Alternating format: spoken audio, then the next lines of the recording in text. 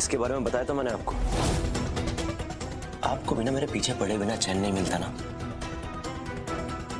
अब क्या है ना, मेरा जादू ही ऐसा है, अक्सर लड़कियां मेरे पीछे पड़ जाती हैं।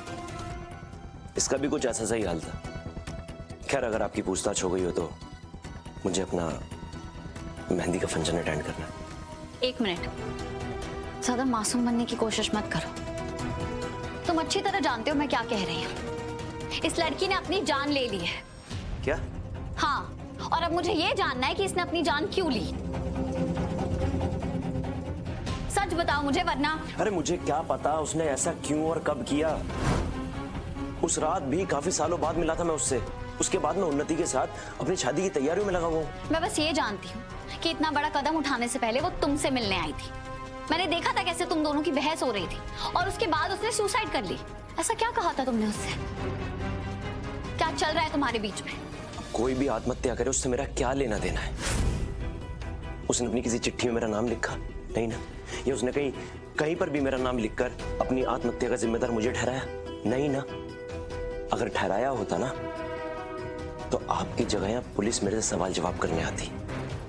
खैर, 2 दिन बाद एक लड़की मुझसे मिलती है और वो अपनी जान ले लेती है। इस बुनियाद पर आप मेरे ऊपर आरोप लगाने लगती हैं।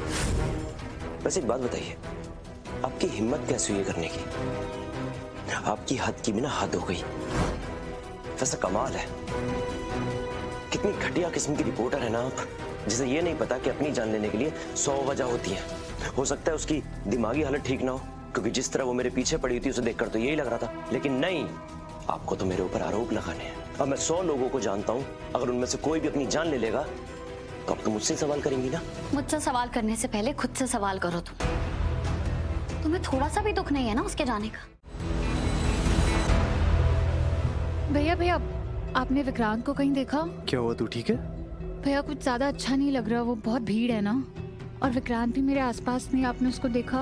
उन्हें विक्रांत तो पूरी जिंदगी तेरे आसपास नाचेगा। आज थोड़ा फैमिली के साथ एंजॉय कर ले। प्रतीक, देखना उन्नी तेरे होते हुए डांस नहीं कर रही। कहाँ हो तुम रीत? तो मेरा जुर्म यह है कि मैं एक लड़की के मरने पर आंसू नहीं बहा रहा। ठीक है, तो हम एक खेल खेलते हैं। आपको सवाल करना बहुत पसंद है ना, लोगों को कटघरे में खड़ा करना आपका मन पसंदीदा शौक है। तो मेरे एक सवाल का जवाब दो। जिस लड़के ने उन्नति को छेड़ा था, उसके साथ बदतमीजी की थी, अगर उसके मरने की खबर आती है तो आप क्या करोगी? खुशी मनाओगी हाँ? या मातम मनाओगी? क्या बकवास है ये? सवाल मैंने किया है, जवाब तुम्हें देना है। मुझे तुम्हारे किसी वाहियात सवालों के जवाब नहीं देने। और इन दोनों बातों का क्या कनेक्शन है? कनेक्शन। उस लड़की ने मुझे परेशान कर रखा था। मुझे समझ में नहीं आ रहा था मैं उससे अपना पीछा कैसे छुड़वाऊं।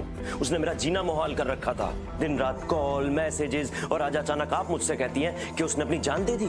तो मेरे मन में पहला ख्याल क्या आएगा?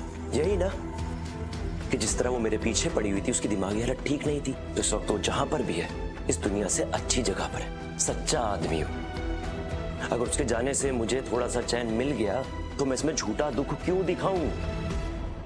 लेकिन एक बात बताऊं, एक चीज तो मुझे बहुत अच्छे से समझ में आ गई कि आपसे मेरी खुशी बर्दाश्त नहीं होती।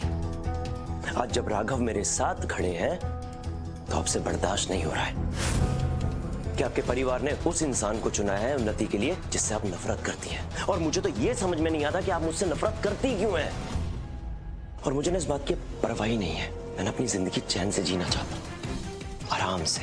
और आपकी कम से कम ये छोटी शान का जिम्मा बनाने का तो मैंने तो ठेका नहीं लिया हुआ। तो आपको मेरे बारे में जो सोचना है सोचिए, मेरे से नफरत करनी है कीजिए, मुझे कोई फर्क नहीं पड़ता।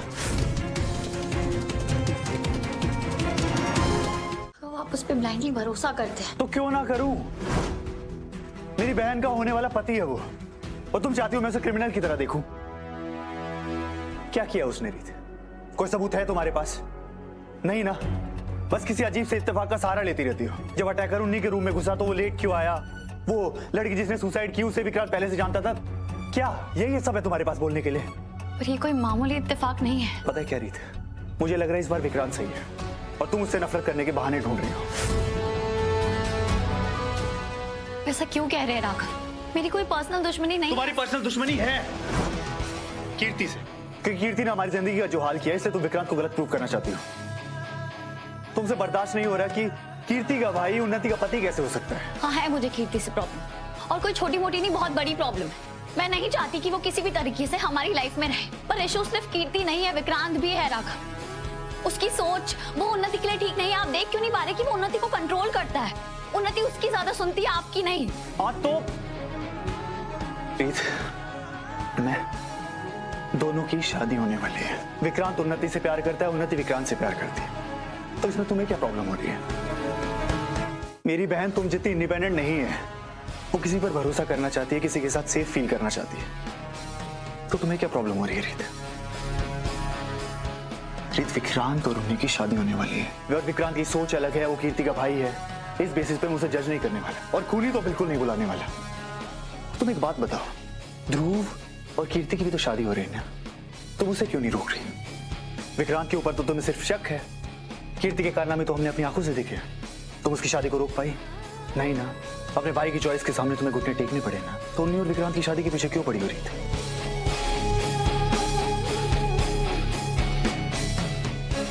मैं तुम्हारे सामने हाथ जोड़ता हूं, मेरी उन्हीं के चेहरे पे बहुत दिन बाद खुशी आई, उसकी खुशियों को नजर मत लगाओ।